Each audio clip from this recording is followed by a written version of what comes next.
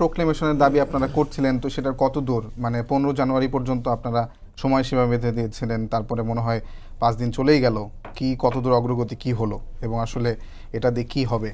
জি, ধন্যবাদ। আমি প্রোক্লেমেশনের ব্যাপারটাতে যাব। আমি একটু সব আলোচককে বলে যেতে চাই, আপনি যেটা বললেন ওনারা ব্যবস্থা নিচ্ছেন। বাংলাদেশের খুবই শীর্ষস্থানীয় একটি সংবাদ মাধ্যম যুগান্তরে একটা খবর বেরিয়েছিল যে একজন যুবদল নেতা আর একজন যুবদল নেতার উপর অভিযোগ করছেন, আমার জায়গাটির নাম স্পষ্ট মনে নেই, যে ওবায়দুল কাদেরকে দেশ থেকে পালিয়ে যেতে সেই যুবদল নেতা সাহায্য করেছেন। আমি আজ অবধি, সেই খবরটি বেরিয়েছে মাসখানেক সময় হয়ে যেতে পারে, আজ অবধি বিএনপির পক্ষ থেকে একটা তদন্ত কমিটি বা এই ব্যাপারে বিএনপি কি মনে করে, যেই যুবদল নেতা এই অভিযোগটি করেছেন তিনি তো তাদের দলের অংশ, সুতরাং তার বক্তব্যটা আসলে সত্য কিনা, মিথ্যা হলে তার ব্যাপারে যিনি অভিযোগ করছেন তিনি মিথ্যা অভিযোগ তো করতে পারেন না, তার ব্যাপারে ব্যবস্থা নেওয়া হয়েছে কিনা।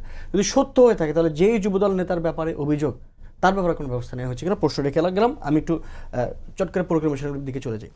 দেখুন, আমরা প্রোক্লেমেশনের ব্যাপারে বারবার বলেছি, প্রোক্লেমেশন হতে হবে একটা ন্যাশনাল ইউনিটির একটা ভিত্তিতে।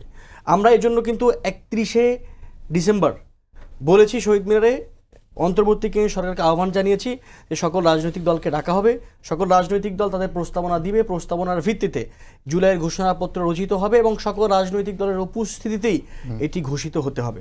আমরা 15ই জানুয়ারি অবধি একটি সময় বেঁধে দিয়েছিলাম এবং আমি মনে করি 31শে ডিসেম্বর থেকে 15ই জানুয়ারি যথেষ্ট সময় ছিল। অন্তর্বর্তীকালীন সরকার খুবই মন্থর গতিতে চলেছে, তারা চাইলে এই কাজটা আরও দ্রুত গতিতে করতে পারত, কিন্তু তারা খুবই, আমরা দেখলাম, ধীর গতিতে চলছে।